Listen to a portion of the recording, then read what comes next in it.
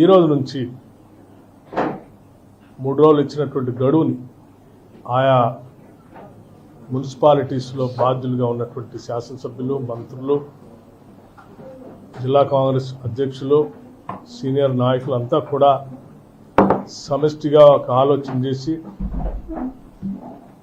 గెలవటానికి అవకాశం ఉన్నటువంటి అభ్యర్థుల్ని, కాంగ్రెస్ ఆలోచన విధానాన్ని, ప్రభుత్వ సంక్షేమ కార్యక్రమాలని పెద్ద ఎత్తున ప్రజల దగ్గర తీసుకువెళ్లే విధంగా ఉండేటువంటి అభ్యర్థులపైన దృష్టి సారించి అందరి ఏకాభిప్రాయంతో సాధ్యమైనంత వరకు అభ్యర్థుల్ని నిర్ణయించుకునే కార్యక్రమాన్ని చేపట్టవలసిందిగా, అట్లాగే శాసనసభ్యులందరూ కూడా వారి వారి మున్సిపాలిటీస్లో తదేక దృష్టితో అక్కడ ఉన్నటువంటి పార్టీ మండల అధ్యక్షులు, మున్సిపాలిటీస్ అధ్యక్షులు, జిల్లా అధ్యక్షులతో సమన్వయం చేసుకుంటూ ఈ ప్రక్రియని విజయవంతం చేయవలసిందిగా విజ్ఞప్తి చేస్తూ ఉన్నాను. అట్లాగే రాష్ట్ర ప్రజలందరూ కూడా నేను ఒక విషయం ప్రత్యేకంగా విజ్ఞప్తి చేస్తూ ఉన్నాను.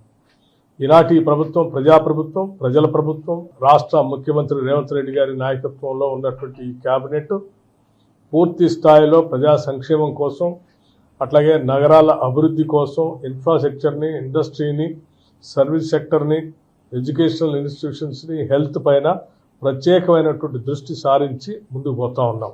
విద్య పైన అట్లాగే ఆరోగ్యం పైన ప్రత్యేకమైన దృష్టి సారించడంతో పాటు నగర పాలనలో ఉన్నటువంటి ఇన్ఫ్రాస్ట్రక్చర్ కూడా మేము ప్రధానమైనటువంటి ప్రాధాన్యత ఇస్తూ ఉన్నాం. నగరాల అభివృద్ధి ఈ భవిష్యత్ తెలంగాణ అభివృద్ధికి పునాదులుగా ఉంటుందన్నటువంటి ఆలోచనతో పెద్ద ఎత్తున ముందుకు పోతా ఉన్నాం. తప్పనిసరిగా రాష్ట్ర ప్రజలందరికీ కూడా నేను విజ్ఞప్తి చేస్తూ ఉన్నాను. ఇస్తున్నటువంటి సంక్షేమ కార్యక్రమాలకు సంబంధించినటువంటి సన్నబియ్యం కానీ, మహిళలు తిరిగేటువంటి ఆర్టీసీలు బస్సులో ప్రయాణం విషయం కానీ, లేకపోతే ఈ ప్రభుత్వం వచ్చిన తర్వాత ఒక దశాబ్ద కాలం పైబడి ఎదురు చూస్తున్నటువంటి రేషన్ కార్డుల్ని రాగానే పెద్ద ఎత్తున ప్రతి డివిజన్లో కూడా అర్హత కలిగినటువంటి వాళ్ళందరికీ రేషన్ కార్డులు అందించాం.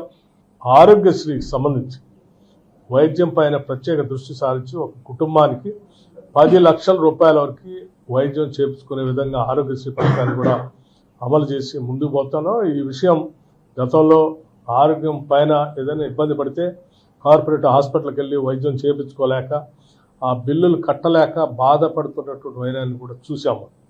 ఈరోజు ప్రతి కుటుంబం 10 లక్షల వరకు వైద్యం చేయించుకునే స్థాయిలో ఒక ధైర్యాన్ని, మనోధైర్యాన్ని, స్థైర్యం ఈ ప్రభుత్వం కల్పించింది. భవిష్యత్ అభివృద్ధికి పునాదులు ఇస్తూ pure and rare core urban reason economy అంటే సర్వీస్ సెక్టర్ అంతా కూడా దృష్టిలో పెట్టుకొని చేసేటువంటి ఆ ఎకానమీ, అట్లాగే పెరి అర్బన్ రీజన్ ఎకానమీ, ఆ పెరి అర్బన్ ఎకానమీ ఏరియాలో ఉన్నటువంటి అన్ని మున్సిపాలిటీస్ని కనెక్ట్ చేస్తూ తీసుకున్నటువంటి విధానం, అట్లాగే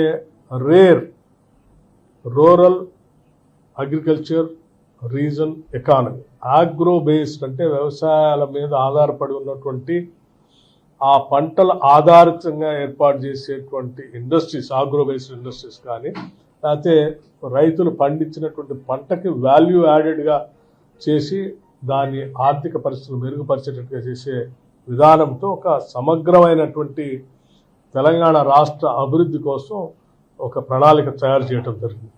ఈ ప్రణాళికని మొన్నే మేము గ్లోబల్ సమ్మిట్లో రాష్ట్ర ముఖ్యమంత్రి రేవంత్ రెడ్డి గారి నాయకత్వంలో ఈ రాష్ట్రంలో దాన్ని రిలీజ్ చేయడమే కాకుండా దేశవ్యాప్తంగా, ప్రపంచవ్యాప్తంగా ఉన్నటువంటి ఆర్థికవేత్తలు కూడా ఇందులో పాల్గొని ఈ ప్యూర్ రేర్ ఈ గ్లోబల్ సమ్మిట్లో మేము రిలీజ్ చేసినటువంటి 2047 విజన్ డాక్యుమెంట్ని అందరూ అభినందించినటువంటి విషయం కూడా తెలిసింది.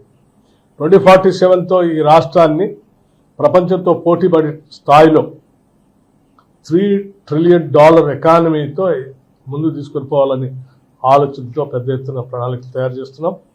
కాబట్టి దయచేసి ఈ అభివృద్ధిని కొనసాగించడం కోసం ఈరోజు అత్యంత పకడ్బందీగా ప్రణాళికాబద్ధంగా పోతున్నటువంటి ఈ ప్రజాప్రభుత్వాన్ని ఆశీర్వదించవలసిందిగా మున్సిపాలిటీస్లో ఉన్నటువంటి ప్రజానికి అందరికీ కూడా ఈ సందర్భంగానే విజ్ఞప్తి చేస్తూ ఉన్నాను.